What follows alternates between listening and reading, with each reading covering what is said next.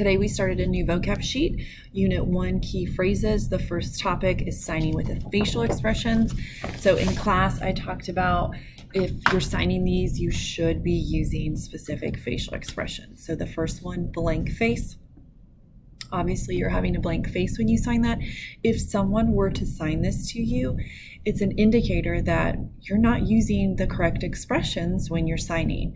And it's hard to interpret your signs correctly if you're not using appropriate facials. So make sure you're signing with expressions. So if someone signs that to you, it means you need to incorporate better facials. The next one, bored.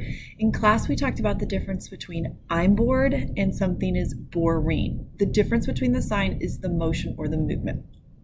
Bored, I'm bored, versus that's boring. So notice it's a singular movement versus a double. The next one, excited. Take two middle fingers and they brush off the chest in alternating motion. The next one, the sign for facial expression, it's two X hands. They move up and down on the face, facial expression.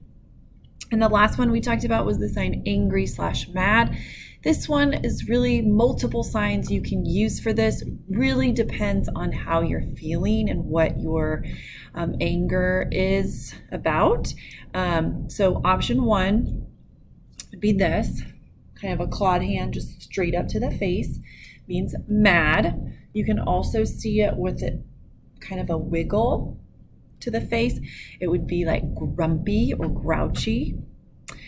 You can also see it signed here where you're kind of using the clawed hands and throwing it behind you. That's where like the anger is just building inside of you. You're just so angry. You're so upset. You're just really mad. So you have several ways to kind of show that anger or that madness. Okay, let's go back over. We had real easy today, just 5 signs. Let's go back over those.